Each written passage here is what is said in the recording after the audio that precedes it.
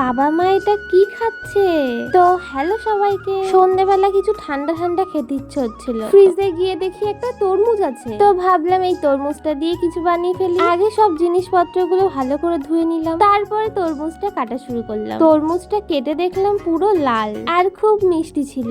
তারপর এটাকে ছোট ছোট পিস করলাম, পিস করে এরপরে খোলাগুলো আস্তে আস্তে বাদ দিয়ে দিলাম। আর ভিডিও করার সময় কিন্তু ক্যামেরা ধরে দিয়েছিল আমার বাবা। এদিকে তরমুজ পিস করাও হয়ে গেছে, এরপরে একে একে দিয়ে দিলাম চিনি আর লবণ। আর হাতের কাছে আমি পেয়েছিলাম আলু ম্যাশ করার এটা, তো এটা দিয়ে আমি রস করা শুরু করলাম। এটা দিয়ে প্রথম একটু অসুবিধা হচ্ছিল, কিন্তু শেষমেশ রস করে ছেঁকে নিলাম। 2 গ্লাস জুস কিন্তু রেডি। প্রথমে দিলাম বাবাকে, তারপরে দিলাম মাকে। দুজনেই বললো খুব ভালো হয়েছে। শুনেও শান্তি, এত কষ্ট করে একটা জিনিস তৈরি করলাম। তারপর নিজের জন্য আবার জুস করা শুরু করলাম। আমি নিজে টেস্ট করলে বুঝতে পারবো ভালো হয়েছে কি খারাপ, কারণ বাবা মা তো আর খারাপ বলবে না। কিন্তু সত্যিই ভালো হয়েছিল।